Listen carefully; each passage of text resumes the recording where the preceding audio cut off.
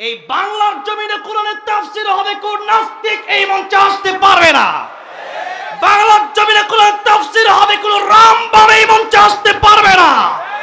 এই বিগত 16 বছর যারা আল্লাহর কোরআনের বিরুদ্ধে রাজ কায়েম করতে চেয়েছে, এই কোরআনের মঞ্চে তারা কোনো কথা বলতে পারবে না।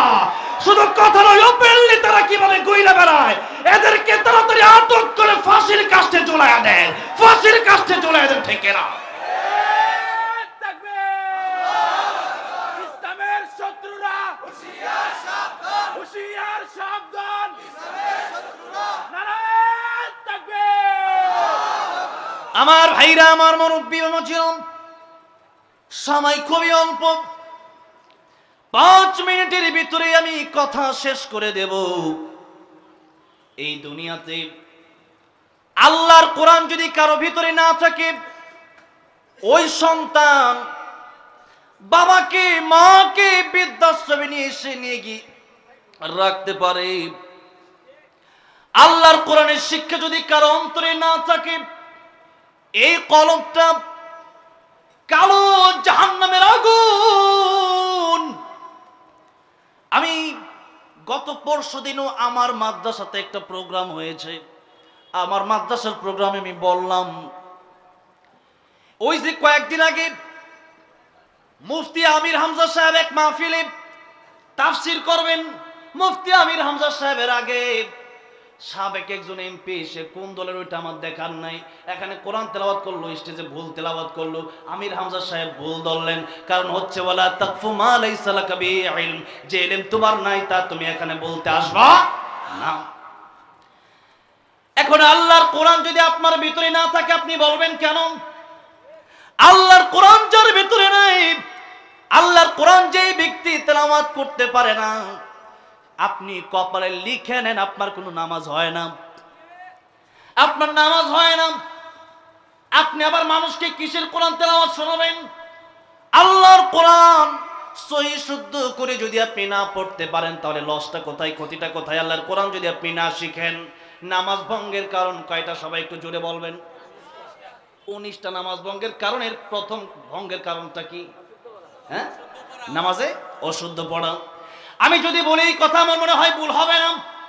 বাংলাদেশের মধ্যে 90% মুসলমান আজকে নামে নামে মুসলমান, আল্লাহর কোরআন তারা শিখলো না।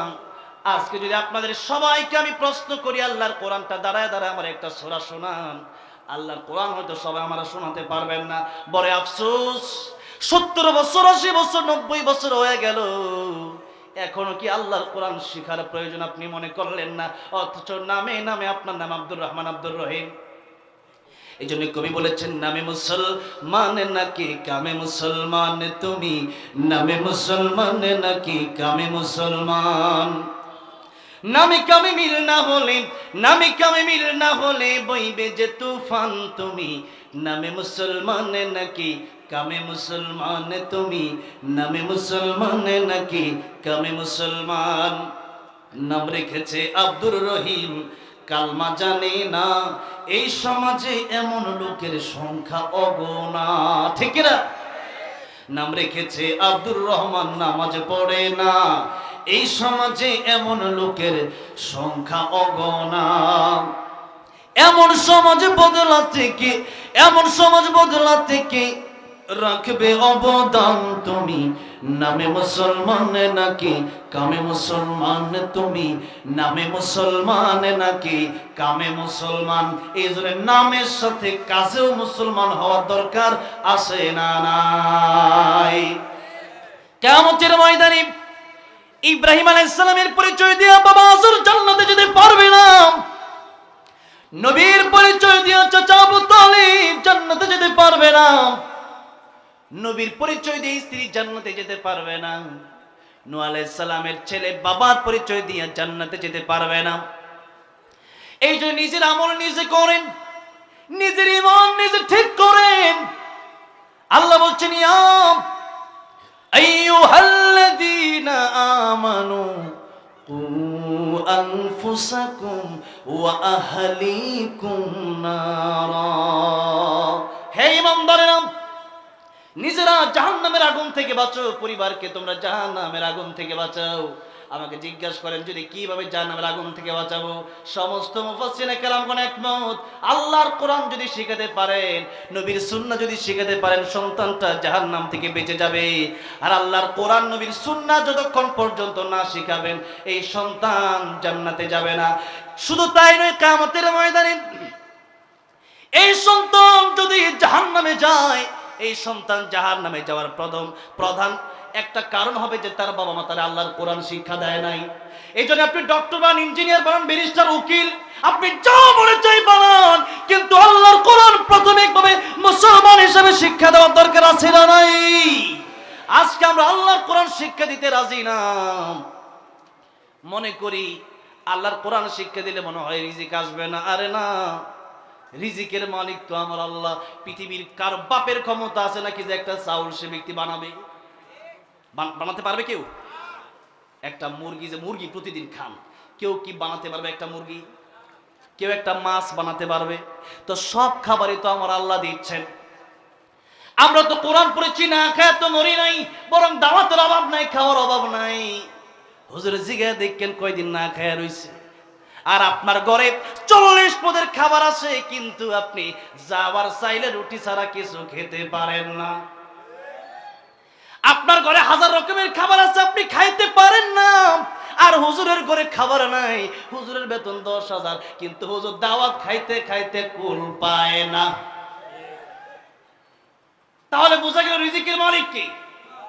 আল্লাহ যদি রিজিকের মালিক হয়, আগে তো অনেকে অনেক প্রশ্ন তুলতো।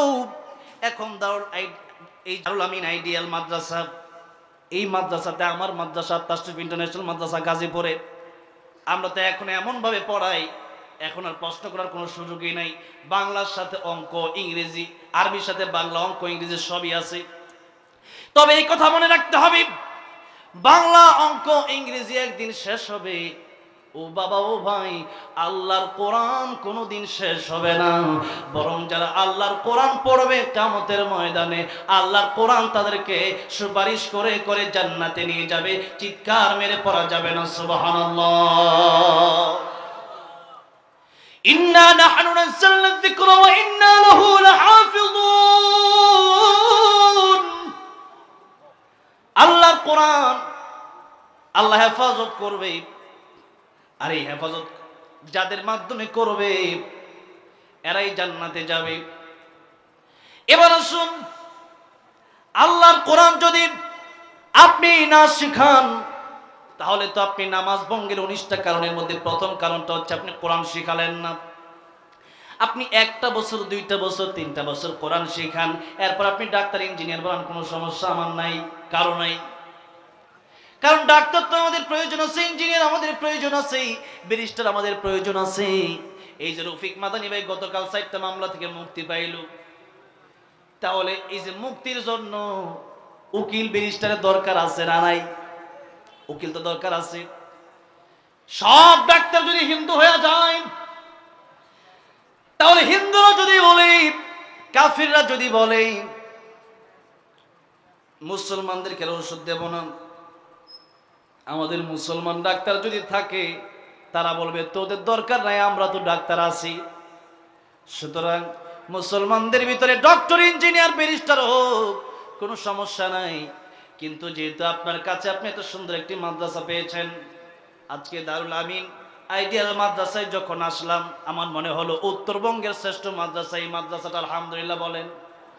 যোগ্য একজন মানুষ, এত সুন্দর যার তিলাওয়াত, এত সাবলীল যার ভাষা, মাওলানা আব্দুল আমিন, যাকে আমি এত ভালোবাসি আল্লামা সাইদের জন্য, সে আব্দুল আমিন সাহেবের মাদ্রাসায় এসে আমি আগে ভাবছিলাম যে মাদ্রাসা জানি অন্যান্য সাধারণ মাদ্রাসার মতো এত সুন্দর করে মাদ্রাসা তৈরি করেছেন, এবং ওনার এমন কিছু গুণ আছে যেটা আমি এখন বলতেও চাচ্ছি না।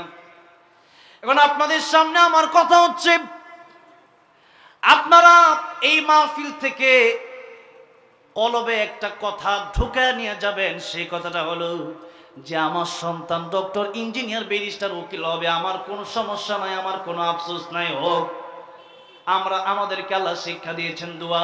কি দোয়া? রব্বানা, সবাই পড়েন, রব্বানা আতিনা ফিদ দুনিয়া হাসানাতাও ওয়া ফিল আখিরাতি হাসানাতাও ওয়া কিনা আযাবান নার। আয় আল্লাহ, দুনিয়ার কল্যাণ আপনি আমাদেরকে দান করেন, আর আখিরাতের কল্যাণ আমাদেরকে দান করেন। আর একটা সবচাইতে বড় বিপদ আছে, ওই বিপদ হচ্ছে কবরের ভিতরে। ওই বিপদ কোন জায়গায়? কবরের পাশে উসমান গনি রাদিয়াল্লাহু আনহু গেলেই কাঁদতেন আর চোখের পানি ছেড়ে দিতেন। লোকেরা জিজ্ঞেস করতো, উসমান গনি, এত আলোচনা আল্লাহর নবীর জবান থেকে আপনি শুনলেন, এত তো কাঁদলেন না, কবরের পাশে গিয়ে কেন কাঁদলেন? উসমান গনি ডেকে বলেন, ও লোকেরা, কবরে যদি আযাব শুরু হয়ে যায় তাহলে তার জান্নাতে যাওয়াটা বড়ই কঠিন হয়ে যাবে, আর কবরের জীবন যার সুন্দর হয়ে যাবে তার জান্নাতে যাওয়াটাই সহজ হয়ে যাবে। আর আল্লাহর কোরআন যারা পড়বে, আল্লাহর কোরআন যারা মেনে নেবে, এরা কবর থেকে নিয়ে জান্নাত পর্যন্ত সুখে শান্তিতেই থাকবে, তাদের কোনো টেনশন নাই, কোনো চিন্তা নাই। জোরে কোন সুবহানাল্লাহ। কবরে যাওয়ার সাথে সাথেই কোরআন দাঁড়ায় যাবে। কিয়ামতের ময়দানে এই কোরআন আপনার পাশে দাঁড়ায় যাবে। শুধু তাই না, কোরআন যারা করবে আল্লাহ তাআলা, আল্লাহ বলবেন ও তো জাহান্নামী। আল্লাহর কোরআন বলবে, ও আল্লাহ, ওরে যদি জান্নাতে না দাও তাহলে আমি কোরআনকে তুমি অস্বীকার করো। সুবহানাল্লাহ কোন। আল্লাহ বলবেন, ও কোরআন, তোরে যেহেতু দুনিয়াতে ভালোবাসছিল এই ব্যক্তি, আজকের কিয়ামতের ময়দানে তোর সুপারিশ আমি আল্লাহ মঞ্জুর করে এই ব্যক্তিকে জান্নাতের মেহমান বানায় দিলাম। জোরে কোন সুবহানাল্লাহ। তাহলে এবার আসুন, যে কথা বলতেছিলাম, আল্লামাল কোরআন খালাকাল ইনসান। কোরআন না শিখলে প্রকৃতপক্ষে মানুষ হওয়া যায় না। অন্যান্য সমস্ত জ্ঞান যদি আপনি অর্জন করেন, পিতামাতাকে খেদমত করতে হবে, এই জ্ঞান সেখানে নাই। নামাজের জ্ঞান নাই, রোজার জ্ঞান নাই।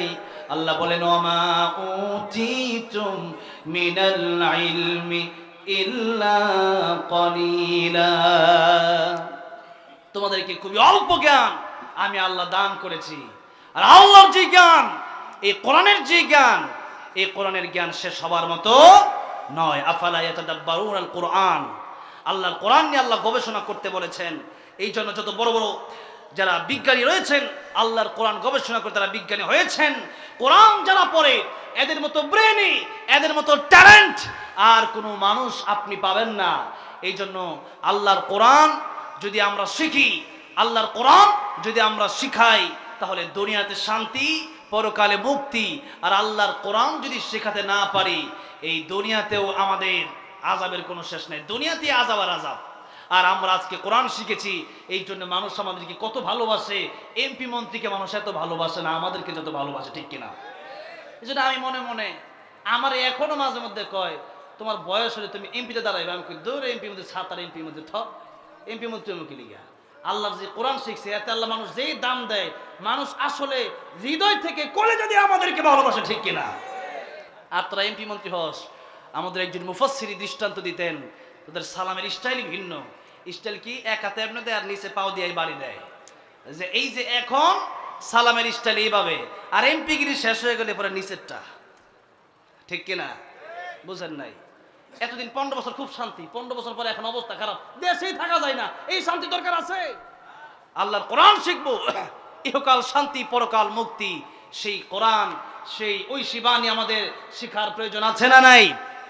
আল্লাহ আমাদেরকে সেই কোরআন শিখে জাহান্নাম থেকে মুক্তি পেয়ে জান্নাতে গিয়ে আল্লাহর দিদার আমাদেরকে নসিব করে দেন, বলেন আমিন। আল্লাহর কোরআনকে আজকে আমরা বুঝি না, অথচ একজন হিন্দু কবি, একজন হিন্দু কবি নকুল কুমার বিশ্বাস, তিনি একটি গান লিখেছেন। তিনি লিখেছেন, যদি আগুন লেগে ধ্বংস হয়ে যায়, ধ্বংস হয়ে যায়, যদি আগুন লেগে ধ্বংস হয় পৃথিবীর সব বইয়ের দোকান, বিশ্ব থেকে হারাবে না পবিত্র কোরআন, ঠিক না? করবে কেমন করে কোরআন ধ্বংস আগুনের তেজ করবে কেমন করে? কোরআন ধ্বংস আগুনের তেজ আছে বিশ্বভর গণিত কোরআনে হাফেজ থেকে না তারা আবার ছাপিয়ে আসমানি গ্রন্থ বাঁচাবে কোরআনের সম্মান বিশ্ব থেকে হারাবে না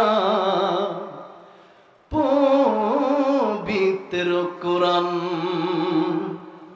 বিশ্ব থেকে হারাবে না পবিত্র কোরআন। সে হিন্দু এত সুন্দর করে এই গানটা লিখছে, আর আমরা আজকে কোরআন শিখি না। সেই হিন্দুই গান লিখে, সে হিন্দু কোরআন শিখছে, আর আজকে আমরা মুসলমান হয়ে কোরআন পারি না। নামাজ ভঙ্গের কারণ হচ্ছে কোরআন অশুদ্ধ পড়া। আর কিয়ামতের ময়দানে আউয়াল মা ইউহাসাবু বিল আবদি ইয়াওমাল কিয়ামাতিস সালাহ, কোন হিসাবটা আগে শুরু হবে? নামাজের হিসাব।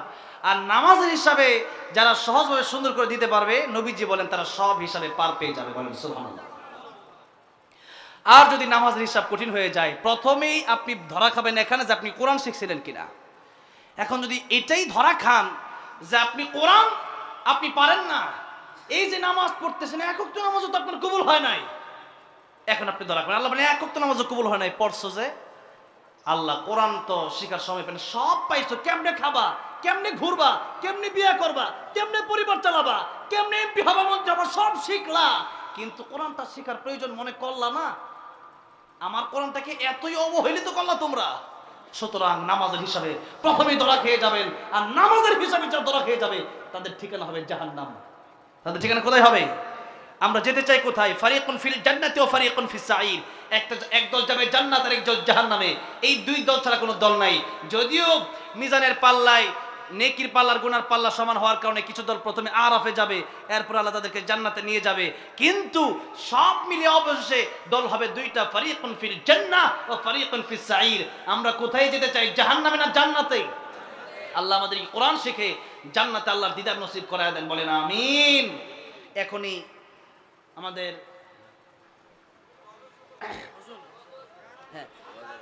ঠিক 12টা বেজে গেছে। হ্যাঁ,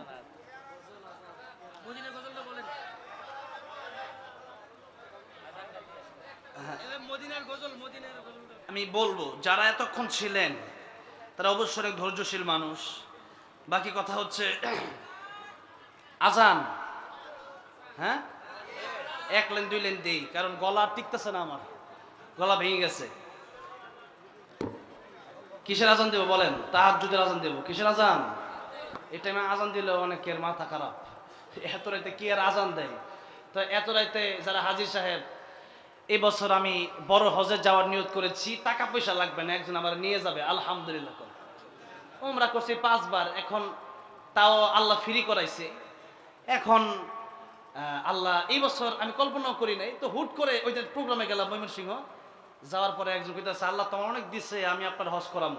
আমি কই এরকম তো কত মানছে কয়, উমরা করাইলে সাধারণ 1-2 লাখ টাকা, হজ করলে 10 লাখ লাগে।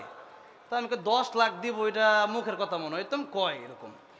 এরপরে চলে আসলাম বাসায়, আমার পাসপোর্ট পাঠান।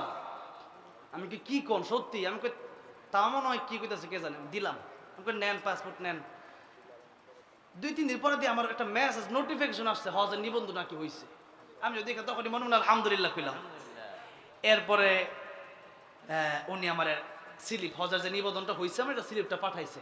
তো দোয়া করবেন আল্লাহ যেন সেই পর্যন্ত নেক হায়াত দান করেন, বলেন আমিন।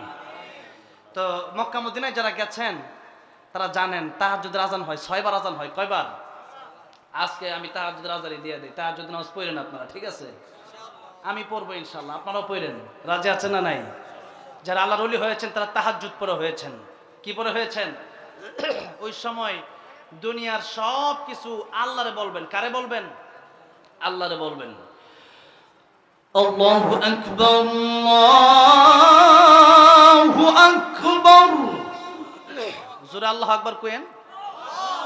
আল্লাহু আকবার বন্ধ গেলে আজানও বন্ধ হয়ে যাবে। আল্লাহু আকবার,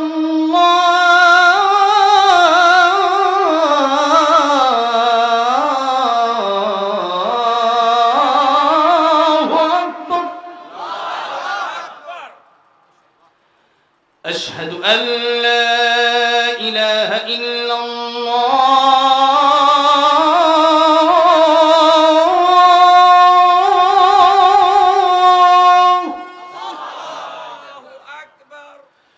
أشهد أن لا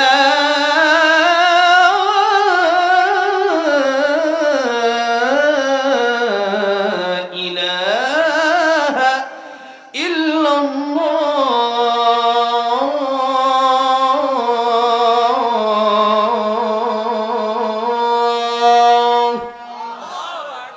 أشهد أن محمدا رسول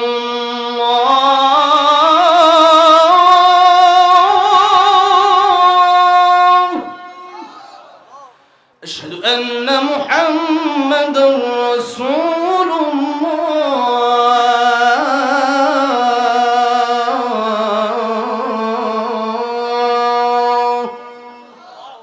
এই পর্যন্তই থাক আবার আরেকদিন পুরোটা দিব না ইনশাআল্লাহ এখনই মোনাজাত হবে হ্যাঁ মদিনার মাটি ঠিক আছে ও মদিনার মাটি রে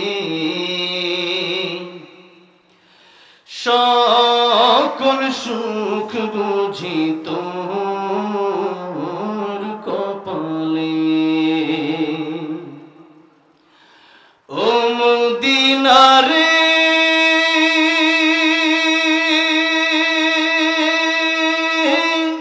তোর বুকে আমার নবী যার লাগি পাগল সবই যার তরে হইল সৃষ্টি ত্রিভুবন কাঁদি আমি সারাক্ষণে কখন যাব সেখানে সহে না আর পরাণে ও মদিনার মাটি রে সকল সুখ বুঝি তোর কপালে ও মদিনা রে পাখি যদি হতাম আমি উড়ে উড়ে যেতাম আমি থাকতো না মনে কোনো যাতনা দেহে নাই পাখায় আমার সাথে নাই টাকায় আমার কেমনে কেমনে যাব সেখানে ও মদিনার মাটি রে সকল সুখ বুঝি তোর কপালে আল্লাহ সবাই বারবার মক্কা মদিনা যাওয়ার তৌফিক দান করেন পড়েন আমিন